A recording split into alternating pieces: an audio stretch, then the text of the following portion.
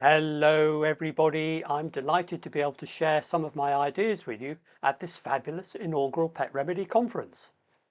I won't give you much of an introduction here as such because that's in the abstract you've been given as part of this presentation. We humans have been trying to quantify hedonic happiness and eudaimonic happiness ever since Aristotle invented these terms 2,500 years ago. We've learned a great deal about hedonic happiness in humans from our own life experiences, but measuring eudaimonic happiness in people has turned out to be much harder. For decades, the way this has been done is by collecting vast quantities of data using annual surveys of millions of people across the globe. The data I'm going to show you now represents a tiny snapshot of the data collected by these organizations, and it reveals some interesting insights that are relevant to how we think about eudaimonic happiness in our dogs. Another kind of group that does seem happiest is people who report being satisfied with their relationships. So that's both romantic relationships and also people in terms of having lots of friends they spend a lot of time with. This is one of the biggest predictors of who is happy and who is not. Basically, your personal relationships. So what you see here is that people who say they're satisfied with their relationships report being much happier than those people who report not being satisfied. Note there is plenty of literature in the companion animal domain that shows the same thing too, but I'm not showing you this here. Then in 2020, Mello revised his 5 domains model again, and the important thing he did was add the positive and negative impacts of contact with human beings or the influence of human beings around animals. And the reason he did this is to bring the 5 freedoms model in line with the fast growing use of animals in human mental health therapy and support, these therapy animals. And I'm sure you're all very familiar with this. So, analysing this first question in a little bit more detail, is the animal living a natural life? Let's just look at the cat. The welfare of the cat is good on 2 grounds. Number 1, it's natural for the cat to do more than simply avoid being cold for her own pleasure.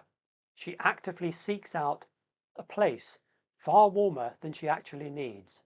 The cat can come and go as she pleases, one would assume, in a way calculated to promote her own welfare. In other words, she has agency.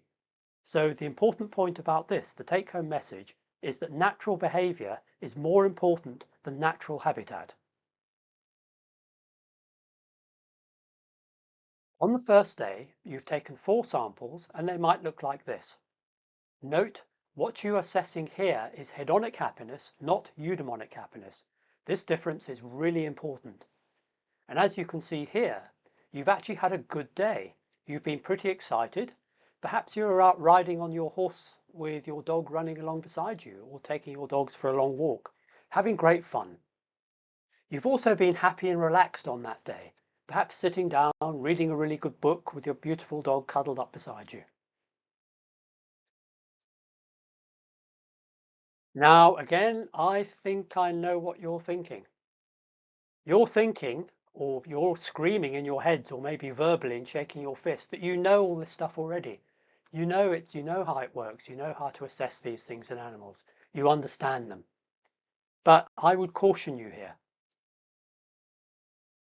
The first challenge I faced in this endeavor was to find a way to train the average lay dog guardian, dog person, and professional, incidentally, to read their dog's emotional state as a proxy for body language. There is a lot of confusion out there, and there's lots of research that clearly shows that even those dog guardians that consider themselves good at reading their dog's body language, the reverse is actually the case. They are very poor at it, especially for the more subtle signs such as dogs rolling over on their back for a tummy rub. And my first challenge was really to find a solution for this problem. And the approach I took was to return to the dog literature on personality, canine personality types or traits. And there is tons of it. It took me about 3 months to plow through it all and pull out what I thought I needed. So many of these studies have tried to fit the canine personality into the famous Big Five personality traits in humans. And this applies to lots of other animals as well, including even right down to animals like fish, certainly lots and lots of rodents, etc., etc. And again, I don't have time to explain all the details of how I got from one point to another, but this is basically where I ended up with some kind of success, which got me to a point where I felt I could move forwards with it. And here's my confession to you.